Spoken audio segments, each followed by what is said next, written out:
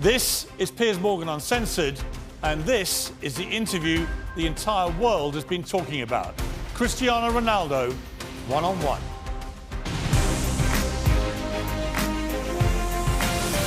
From London, this is Piers Morgan Uncensored. Welcome to a special edition of Piers Morgan Uncensored. Cristiano Ronaldo is a football megastar. In my opinion, the greatest player to ever grace the game. He's also one of the most famous people on the planet. He's had the toughest year of his life, on and off the pitch, facing personal tragedy and a barrage of criticism from fans, pundits, even his own coaches. Everyone else has had their say. Now, it's his turn. And Cristiano is most definitely uncensored. Cristiano, let me start just by asking you, why are you doing this interview with me? Because I think it's the time to say something. And because I like you. As simple as that. Well, don't say that in public. Well, I like you too, and I appreciate it, because I think that you've had to sustain a lot of criticism this year in particular, probably more than at any stage in your career. And I think it's time to set the record straight and to clear up a few things, not least, I suspect, for the fans of Manchester United. You must be wondering what the hell's been going on. Oh, as I say many times, the fans, I'm always gonna say good about them. They are the most important things in football. You play for them. They're always in my side. I feel that every time when I walk in the streets, the fans coming to me and they appreciate what I do for football. And for me, it's the most important in football. The fans, for me, is everything. I want to take you back to last summer. You're at Juventus, and there's massive speculation about where you're going to go. And the big rumour is that you're going to go to Manchester City. So first of all, how close was that to happening? Well, honestly, it was close. It was close. It's something that they spoke a lot, and Guardiola say 2 weeks ago, I guess, that they try hard to have me. But as you know, as my history in Manchester United, your heart, your feeling, the history that you did before, make the difference. And of course, as well, Sir Alex Ferguson. So I was surprised in the same way, but it was conscious decision because the heart speaking loud in that moment. You were a Manchester United legend. So when you say your heart led you, it's because of that, the history you had with the club and the relationship you maintained with Sir Alex, with the fans. I think it was the key. It was the difference in that moment. But I cannot be loyal if I would say that Manchester City wasn't close. But I think I did conscious decision. I don't regret in some point. And as you mentioned before, Sir Alex Ferguson was the key. Did you speak to him before you Yes, came I back? did. Yes, I did. I spoke with him, and What did he say to you to try and persuade you? he said to me that it's impossible for you to come to Manchester City. And I say, okay, boss. So I took the decisions, and I repeat I was with conscience that it was a good decision. You came back and it couldn't have started better. You played at Old Trafford. Yeah, you won 4-1 against Newcastle. You scored twice. Sir Alex was there, loving it, obviously, the return of the prodigal son. Your mother was there, the return of her own son. Your mother was crying, obviously. Obviously, yes. But what a comeback. How did that feel that day when you came off the pitch? Well, that feeling was amazing, but not only the day of the game. I felt before the week before that everything changed. The world speak about me, Cristiano, back home, back where they belong, so it was a special moment to be back to Manchester United, to perform for our fans, and of course to score 2 goals was the best welcome that I received in Old Trafford. It was a memorable day and unbelievable day too. The Viva Ronaldo chant went up. Yes, Viva Ronaldo. You like hearing that? Be back. Of course I did. Yeah. As I told you before, the fans for me, they are everything. 2 things happened, I think, within 24 hours of you re-signing for United.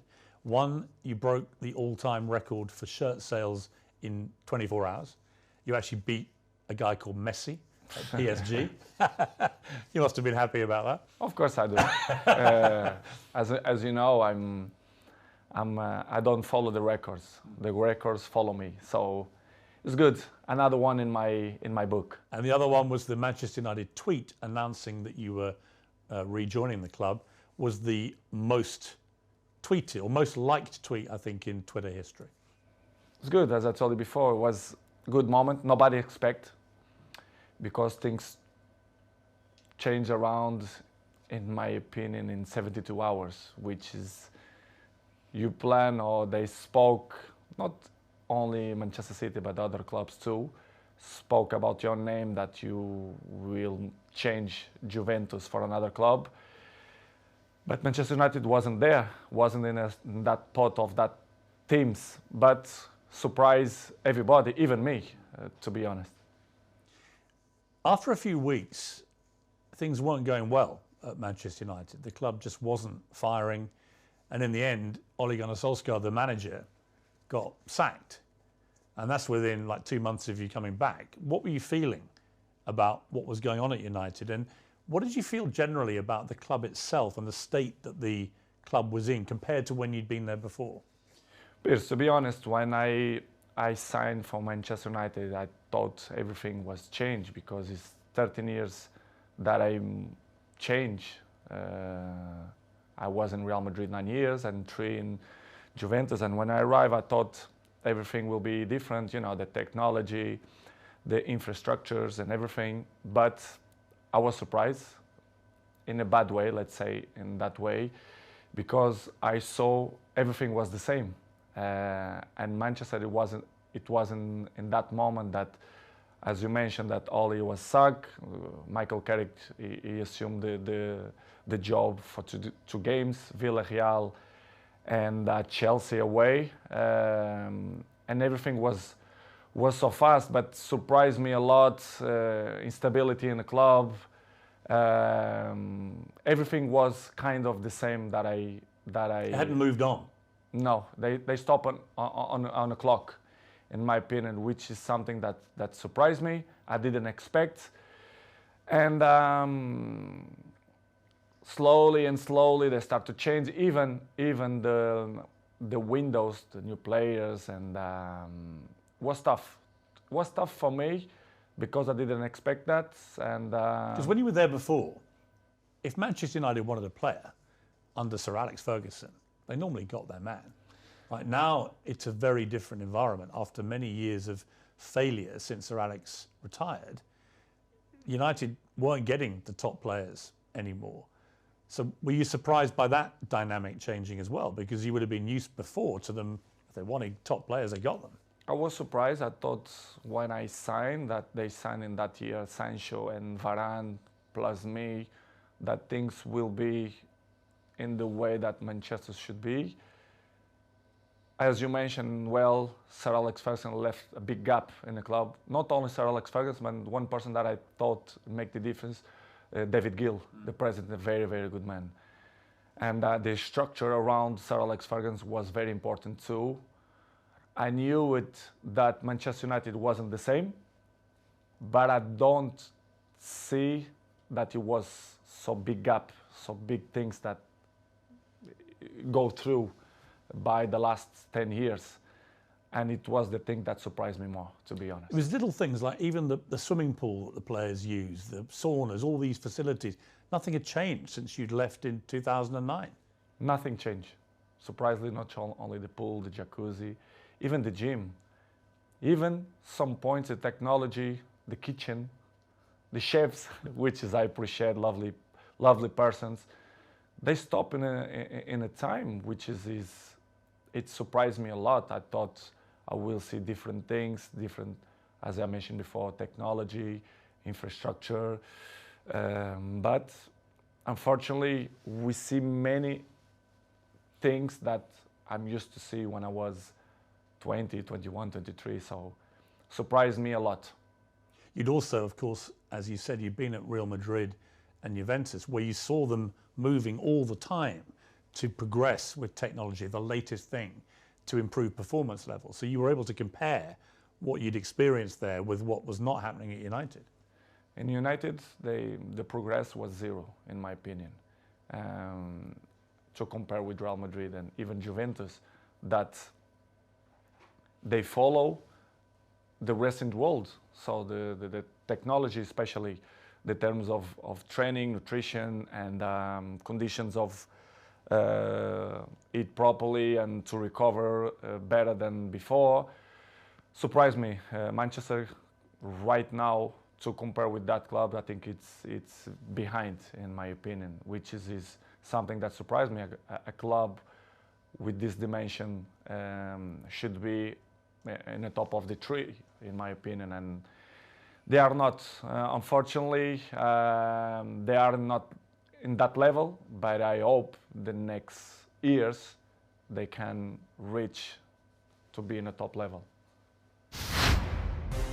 Up next, Ronaldo's scathing verdict on what's gone wrong at Manchester United.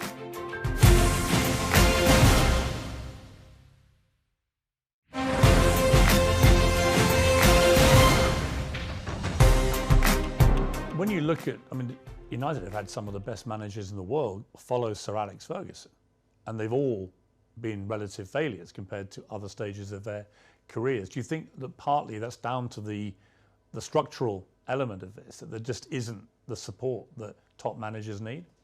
I don't know what's going on, but since the Sir Alex Ferguson left, I saw not evolution in the club. The progress was zero. For example, you have an interesting point that how the club as Manchester United, after Ole, they bring sport directive Ralph Rangnick, which is something that nobody understands. This guy is not even a coach. A bigger club like Manchester United bring sport directive, surprised not only me but all the world. Well, it was a ridiculous decision, wasn't it? Of course, in my opinion, you have to be honest. If you're not even a coach, how are you gonna be the boss of Manchester United? It's something that I should see that Manchester is not followed not the right way to reach successful like other teams, like for example Liverpool or Manchester City, Chelsea. They are one step behind or two because of this kind of mistakes. In my opinion, they should improve and change probably the staff or the people, the directives or presidents. I don't know who is the problem there, but did it show a lack of ambition to you when they replaced Ole Gunnar Solskjaer, who a lot of fans liked, but he obviously wasn't delivering the big titles that United wanted and were used to. But to a point, someone like Ralph Rangnick, I'd never heard of him. And I'm thinking if had you heard of him? No, of course not. You'd never heard of this guy? Nobody. And the people who I speak, nobody knew it, who is him. So suddenly did you call him the boss? Of course. I respect. We have to call because he assumed the job. Regardless, all the coaches that I had in my career, I call them boss because if they assume the job, we have to call in that way. But in the end, deep inside me, I never saw him as a boss because I saw some points that I never agreed, and he stopped in the time as well. Because if you're not being a coach, the next 5 years, you're gonna lost the identity to be a coach. So surprised me a lot. But in the same way, don't surprise me a lot because if you see the structures, they keep it the same. So the coaches didn't surprise me, but was a tough moment. What was extraordinary was very quickly after Rangnick took over, started briefing journalists that you weren't pressing enough and that maybe it would be a good idea if you moved on from the club. And I'm like, who is this guy? And why is he saying this to the man who's scoring the goals? To be honest, Piers, it's something that I don't understand. It's the new coaches that coming around, they think they find the last Coca-Cola in the desert, which is I don't understand. The football there invents many years. So, but I respect any coach have a different approach, different opinions, different mentality, but kind of some points that you not agree. So I'm always like that in my life. I'm always been beside the best coaches in the world: Zidane, Ancelotti, Mourinho, Fernando Santos, Allegri.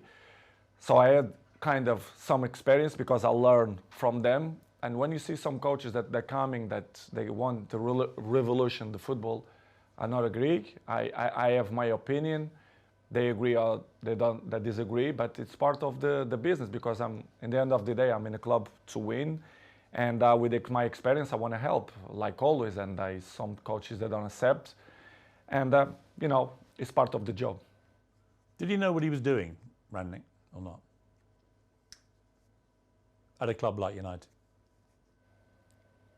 No, they don't. They knew the club very well, but they don't know the dimension of the club inside, the history of the club, which is for me surprised me even more, which is when the soccer Ole Solskjaer, you should bring a top manager, not sport director. Did you think it was right to get rid of Solskjaer, or would you have kept him on? Well, it's not. Well, I love Solskjaer. I think he was a top person because what I keep inside my heart, it's the heart of the persons, and Ole for me is a top person. Coach, of course, he wasn't. He didn't look for what he wants.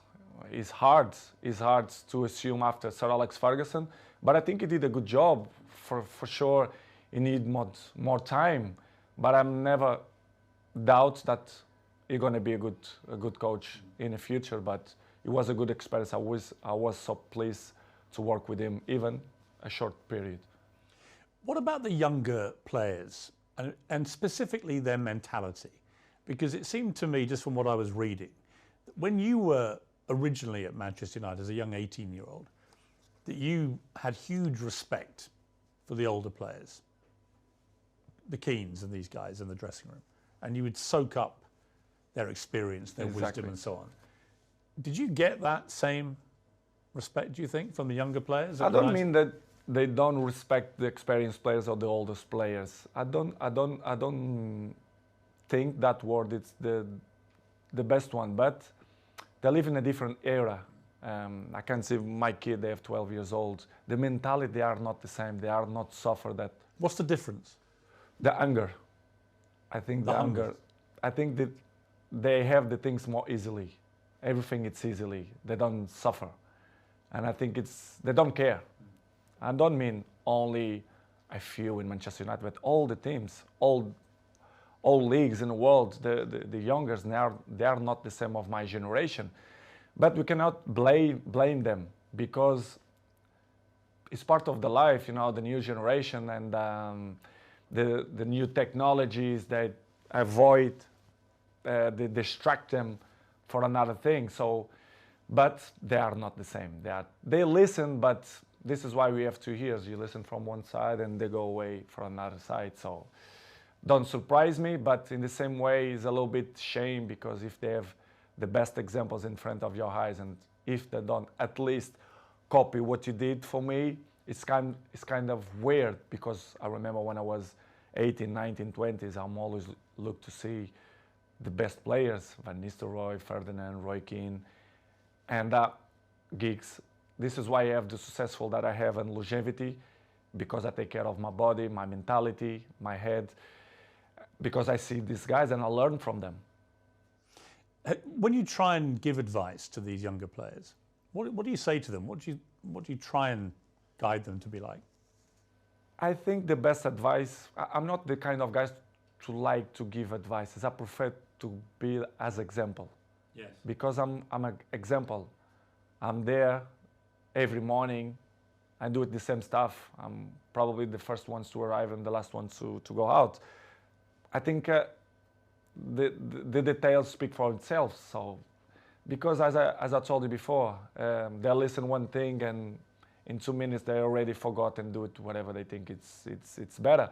This is why I say I like to lead by example. And some ones they follow me, not much, but See, I just find that incredible. That if I was a young footballer and I had Cristiano Ronaldo at my club, that I wouldn't want to spend every second watching him, listening to him, observing the way you go about your business. And yet, from what you're saying, clearly, they're not interested. they don't care. Some ones yes, but most of them no. But for me, it's not surprise me. Don't surprise me because they're not gonna have longevity careers, in my opinion. It's impossible.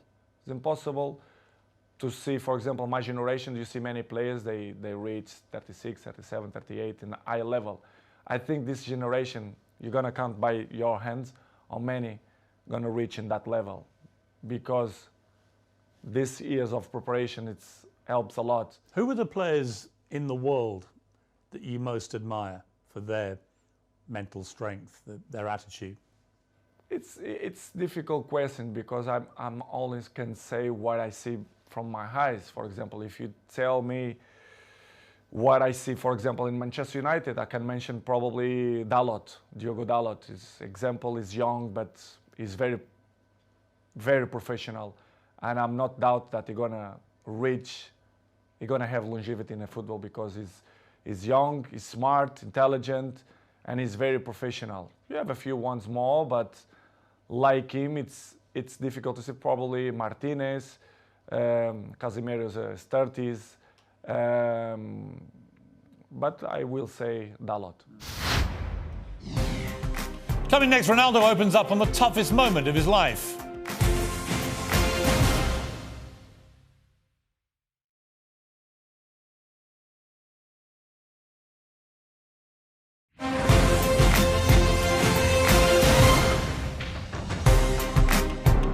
So Rangnick's come in, it's your second manager, it's not working, the results aren't great. You're still scoring goals regularly for Manchester United. You're about the only one who is. But then you get hit by an awful episode in your life, probably the worst time of your life, where your partner, Georgina, she's pregnant with twins and is actually giving birth to these 2 babies. And your baby son doesn't survive.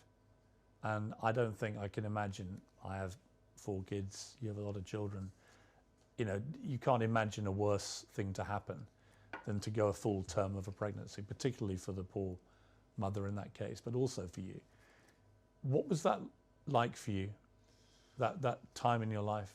It's probably the worst moment that I passed through my life since my father died, you know.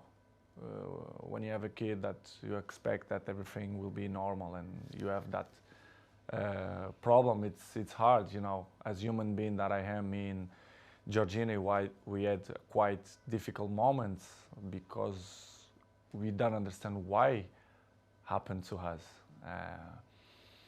Was difficult, to be honest. Was very, very difficult to understand what's going on in that period of our life. As you know, the football carry on. They are so fast, many competitions. The football don't stop. We have many competitions. And pass through in that moment was probably the most difficult moment that I had in my life. Me and my family, especially Gio, that was tough. She said she was giving an interview about the new series of her TV show. And she said in an interview, a big piece of my heart shattered. And I asked myself how I could carry on.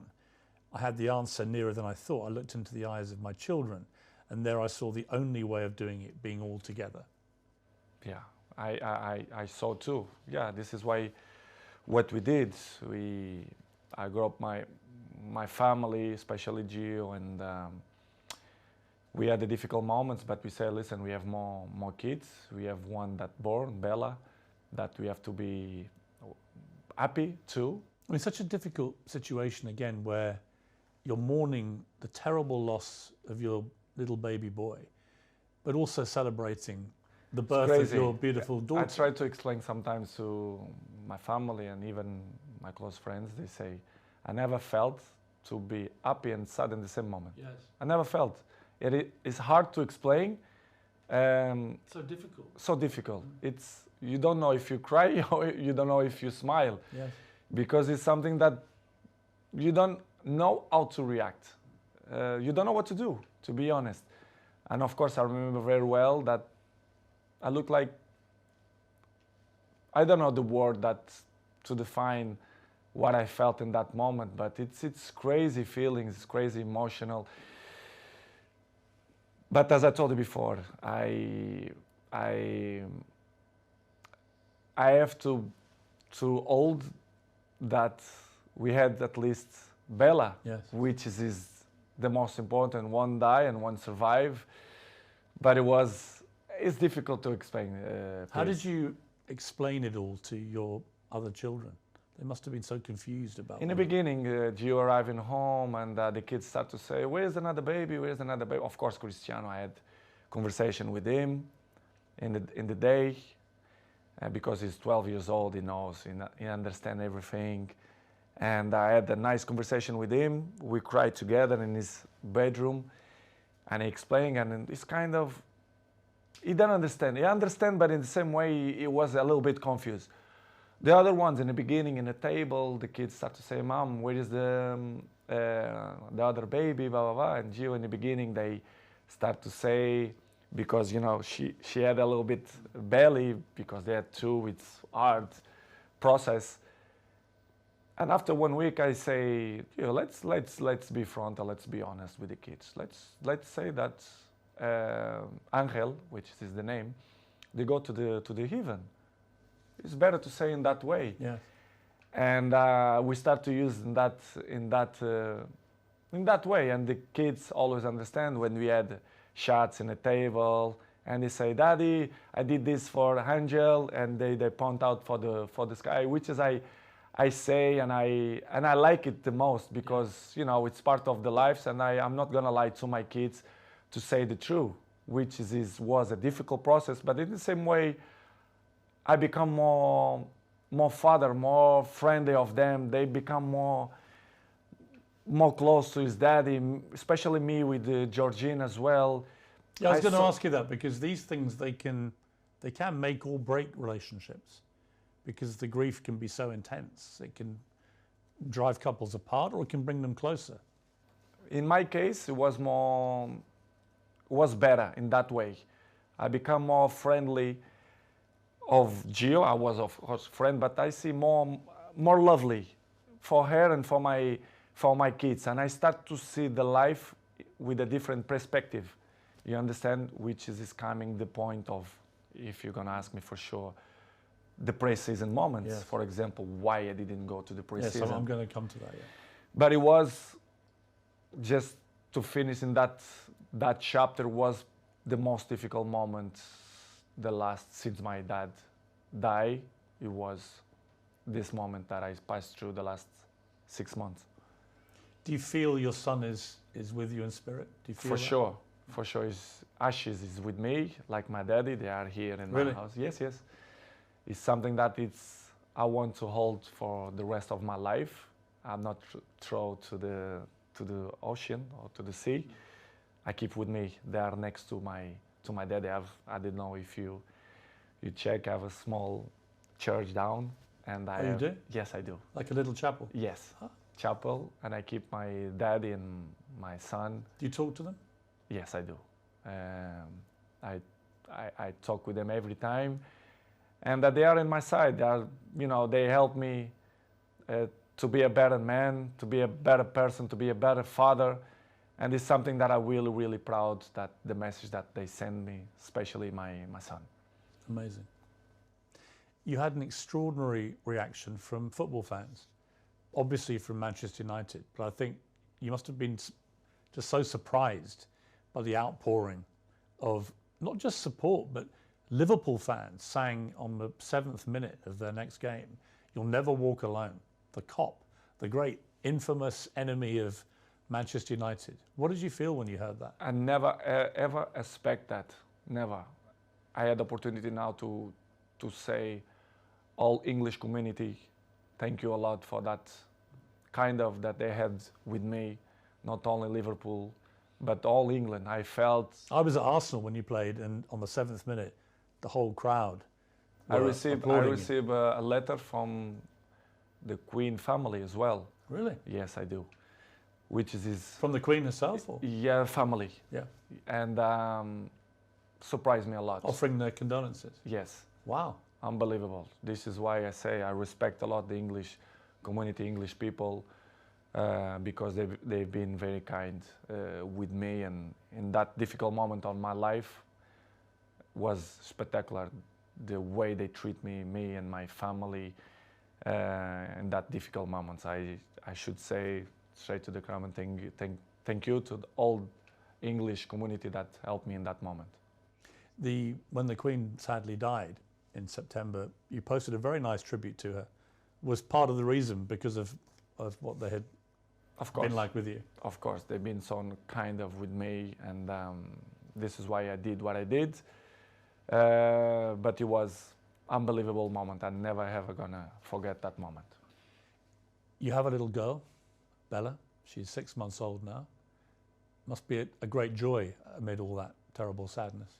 Unbelievable. It was another member in the family. They are the shine of the house, and we are so proud. Me, Georgina, and all my kids. They are very, very proud for them. They are spectacular. A beautiful girl, and we are so happy. We are so happy.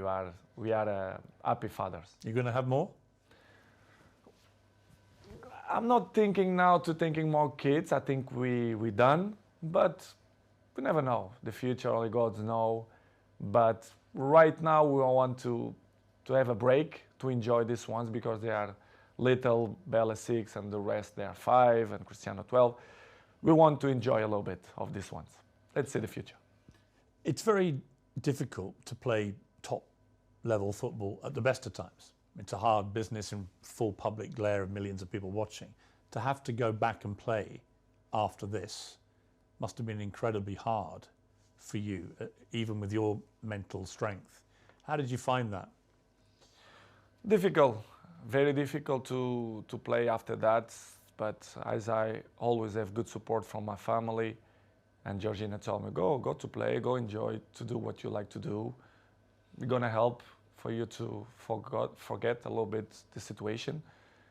It was difficult, but in the same point, I think helps for you to, to don't thinking much about that. Even to training was good, but as you know, the football going so fast, and trainings, games, even the national team, the things going so fast, you don't even have a time to settle and say what's going on, because the things going so fast.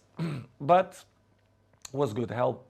Georgina helped me a lot to give me that possibility to say. She's a very strong woman. Yes, she did. Georgina. Yes. I mean, really strong. Yes. Just to be your partner is probably not an easy time a lot of the time, with all the attention all the time. But to go through what she's gone through and still get up and be there. We help each other. But she struggled when she was young, which is she look at life with a different eyes. Even she's young, but she suffer. She born in Argentina. She have his issues with his family as well. She live alone. She have interesting life and histories as well. And she helped me a lot. She's very mature for his age. We help each other. Sometimes when I'm a little bit down, she push me up, and I do it to the other side. So we are a nice couple. We help each other. So I'm really pleased that she's on my side. Any movement on the wedding bells, Cristiano? I'm not thinking now about that, but I can see in the future. I think she deserves, but it's something that not coming now in my plans, but in the future, yes, I want. Coming next, Wayne Rooney, Gary Neville. Ronaldo's got a message for both of you.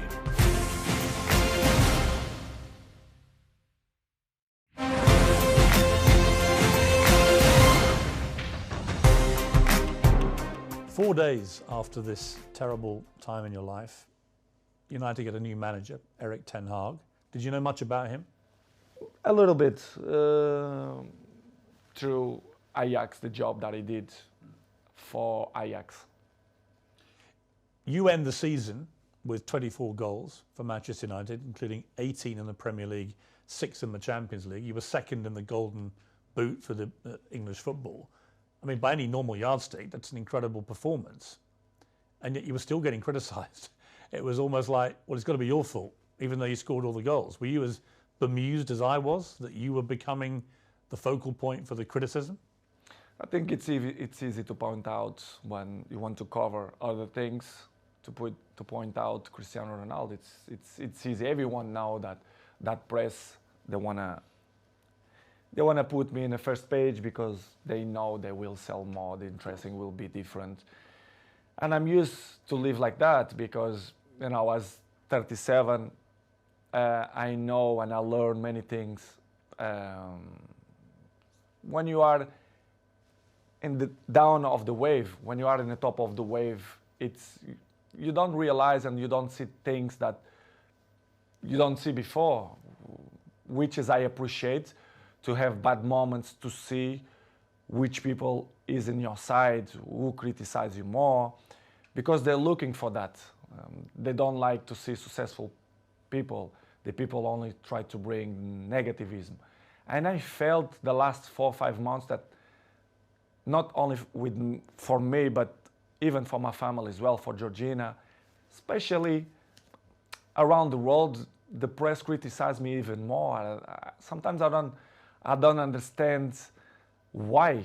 Even Portuguese press that they criticize me a lot. I don't understand, but I still believe that the jealousy is part of that. They want to cover many things that helps to shine other things. But listen, Piers, I know I'm 21 years in the top of the game, so I know how it takes. So for me, it's not a problem. It's hard when you are a little bit down to listen to this criticism. Do you read it all? Do you read newspapers? Do you read social media? A good thing that I have, I don't like to read because I know 90% of the times they lie. They are garbage. The press, they are garbage. Not all of them, but most of them. They don't say the truth. And they lie. They constant lie and they constant attack me and my family. They're always negativism against my family. Why I'm gonna read? Because I know they try to make me feel bad, me and my family, which is something hard to deal. But in the end of the day, I understand. But it's really, really hard. The problem you have is you're too famous. You are the most followed human being on Instagram. That you have, I just checked, 495 million followers. I have just under 2 million on Instagram. 8 million on Twitter, so I'm catching you on Twitter slowly, but 400, you're nearly at 500 million followers on Instagram. I mean, that's insane. You're bigger than all the Kardashians put together. It's good.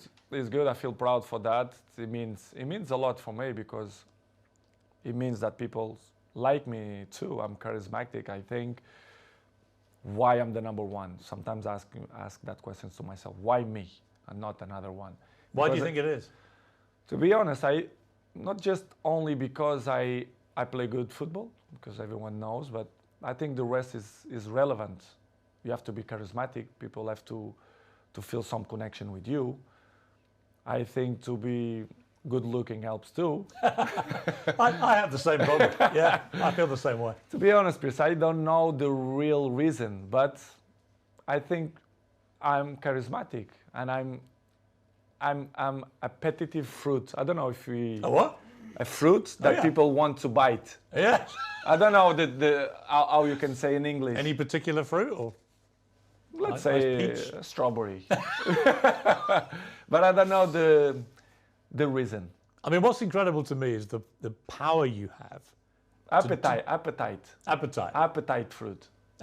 fruit. I don't know if it makes sense in English, but if it don't make sense, you learn. I'll research appetite fruit, yeah. Okay. I mean, I have a pinned tweet, and it's you telling me I have good abdominals, which is a very good observation. By the way.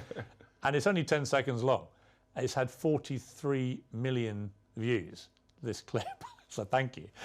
Because 43 million people have heard the guy who actually has got good abdominals tell me I've got good abdominals. But it showed me the sheer firepower you have in that world of social media. It's just extraordinary. Is what I told you before. I have good things, which is you can sell your own product, let's say in that way, but you have to deal with many obstacles in your life too. Do you care if people hate you? I mean, a lot of people love you, but obviously a lot of people don't. You're so big, you're going to get both. But do you care about the ones who hate Cristiano Ronaldo? I care the people who like me. I'm not waste time for the people who don't like me. I think it's waste of time. These people, they are not interesting on my life.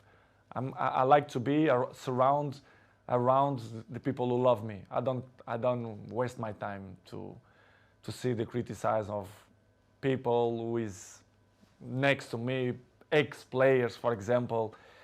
I mean, one of your biggest critics has been, and I'm surprised about this. Me too. Wayne Rooney, for example, who you played with for many years very successfully, and were good friends with him, and yet all this year, 3 or 4 times, he's come out and attacked you in the media. Piers, I don't understand. You should ask this question to him, but I don't know. I don't know why he criticized me so bad, or I don't believe that he's jealous of me. He says your behaviour is unacceptable. United should sell you. You know, blah blah blah blah blah. I mean, it's Wayne Rooney. It surprised me. It was 1 year ago or 6 months ago here in my house. He pick up his kids here and invite Cristiano to go to his house to play football. I really don't understand people like that, or if they wanna be in the cover of the paper, of the news, or they want a new jobs or whatever. Is it jealousy as well, perhaps, that you're still playing and still in the Man United? Probably, because he finished his career with 30s. So I'm still playing high level. I'm not gonna say that I'm looking better than him, which is true, but that is inarguable. I mean, there's no contest. It's hard to listen that kind of criticize and negative about people who play with you. For example, Gary Neville as well. Yeah, I mean, Gary Neville, you blanked him the other day on the pitch, and he looked quite upset, actually, because he obviously likes being your friend, but he's been pretty critical of you as well. People can have his own opinion, but they don't really know what's going on, for example, inside the training ground and Carrington area, or even my life. They should listen not only one point of view, they have to listen my point of view as well, because it's easy to criticize, but if you don't know the old story, it's easy, you know. But it's, Piers, as I say before, it's part of... Are they still friends of yours, or do you have a line where... They are not my friends. They are colleagues. We play together. They're not coming. We not have a dinner together, for example.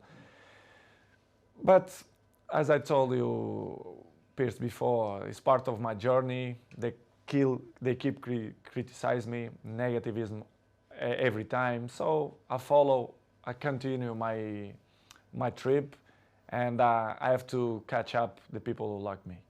Some of your ex-colleagues have been incredibly supportive. Rio Ferdinand has always got your back. Roy Keane always has your back. Whatever happens, he's always supported you and has continued to do so. Does that mean a lot to you? It means a lot, because I was in the dressing room with them. They are part of my journey in football as well. As I mentioned many times, Roy Keane for me was my best captain ever. Rio Ferdinand helped me a lot. He was my neighbor, I was his neighbor. So very, very good guys. Not just because they speak good about me, but they was there in the dressing room. They are football players. They know how players thinking and the behaves, etc. And to listen ex colleagues or teammates to criticize you when they always see one point of view. Do you feel a bit betrayed when they do that? Because you played together. It's easy to criticize. I don't know if they have a job in television that they must criticize to be more famous. I really don't understand. Do you think they use your name a bit to get attention? I think they take advantage of that because they are not stupid. And I really understand, and I have to carry on with my life with criticize or when the people speak good about you. But it's hard when you see people who was in the dressing room with you criticize you in that way. It must hurt you. It's not good. Yes, I did, but not hurt. I'm not gonna be more slim. I'm not gonna sleep bad because of the criticize. But it's not good to listen that. Disappointing. A little bit, yes, disappointing. Next on Uncensored, expect fireworks in the explosive second half of my 90 minutes with Ronaldo. Your baby daughter's in hospital. And the president of Manchester United didn't believe the empathy don't exist. The Glazers, they don't care about the club. What would your message be to Manchester United fans? The fans, for me, will be always in my heart. He was deliberately provoking you. I didn't felt that he had respect for me. Cristiano Ronaldo's 12 rules to life. Why not? Imagine the rest of the rats, they're gonna criticize me too. I'm just trying to work out how Wayne Rooney could hate you even more. They only speak about the black sheep, which is me. They're trying to force you out. Yes, not only the coach, but the other 2 or 3 guys there around the club. Yes, I feel betrayed. If you don't have respect for me, I'm never gonna have respect for you. Do you think England have a chance? I have a chance beside Portugal, in my opinion. That's it, you retire, right? Yeah, I retired, 100%.